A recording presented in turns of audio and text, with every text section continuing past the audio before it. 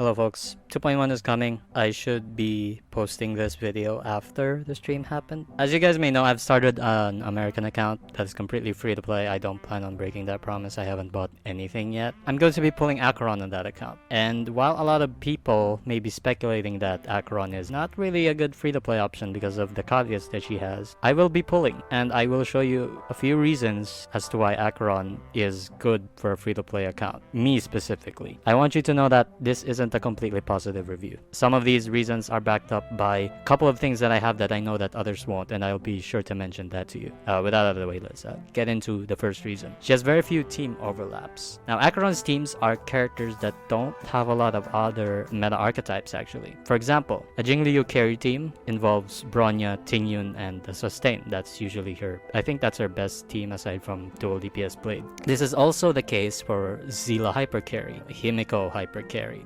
Serval hyper carry, Argenti, Qingque. A lot of units want either Bronya or Tingyun or Ruan Mei. Here's the good thing about Acheron. The most flexible parts of an Acheron team is Pela, Silverwolf, and Guinaifen. While those units can be used in a lot of sort of generalist teams as a flex, like you can use Guinaifen with a doctor ratio just for the debuff requirement, they really aren't as demanded as someone like Bronya or Tingyun or Sparkle. And if you look at the other nihility options that Acheron can work with, like for example Welt, it's even more so. And again, MOC and Pure Fiction, the end game is 2 teams. You can't just overly invest into one team with like 3 support characters in your account and expect to clear that well. So in practice, this is going to be a lot better than you think in terms of account efficiency. The downside of this though is that veteran players wouldn't want to build a new character just to work with another carry. So for example, if you have an established account already of all the generalist supports and all the meta teams, you probably aren't too hot on building Acheron and building Guinaifen, who you probably haven't built at this point, and Pela. If you're a vet and you don't really have all those fuel to work with, then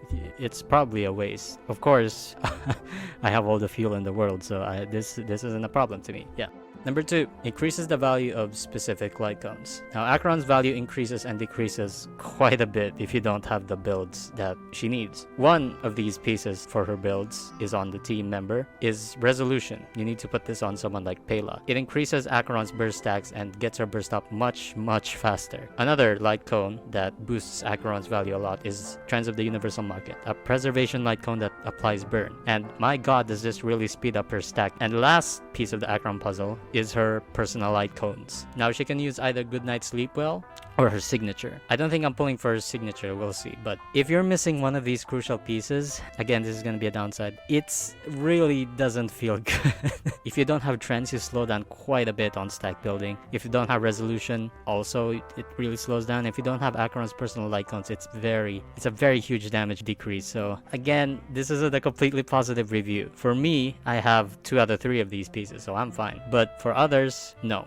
Let's get into something more universally positive. Good numbers. Acheron's numbers are high as hell. They're very high. She does all of her damage with using 3 party members that usually wouldn't be picked. Fire MC, for example, Guinaifen and Pela. Now, those units don't really get a lot of shout out from other hypercarry teams because they're simply just a better option for them. But here, they are the best option. And my god, does Acheron provide a lot of damage for characters that are usually suboptimal. And I know that a lot of people are gonna overlook this because someone like Dan Hengen by Bitter Lune is Jingliu does more damage in their specified teams, but in practice it's going to be better when you have, again, reason number 1, of stuff that doesn't have a lot of overlap. Because for example, you have Dan Hengen by Bitter Lune on one side, and then you have Jingliu on the other side. You kind of realize that if you're building a team for this, you're kind of strapped for supports, and one of the DPSs will have to be suboptimal. They will not reach their peak damage potential. Whereas with Acheron, she's going to take probably your worst supports and make them into the best support for them. So it feels a lot better in practice than it is not. I hope this gives a bit more insight as to why I am pulling Acheron despite being free to play. And if you're someone like me that has the reasons lined up here that matches up to you, then she's also probably gonna be a good idea for you. So see you guys later. Bye bye.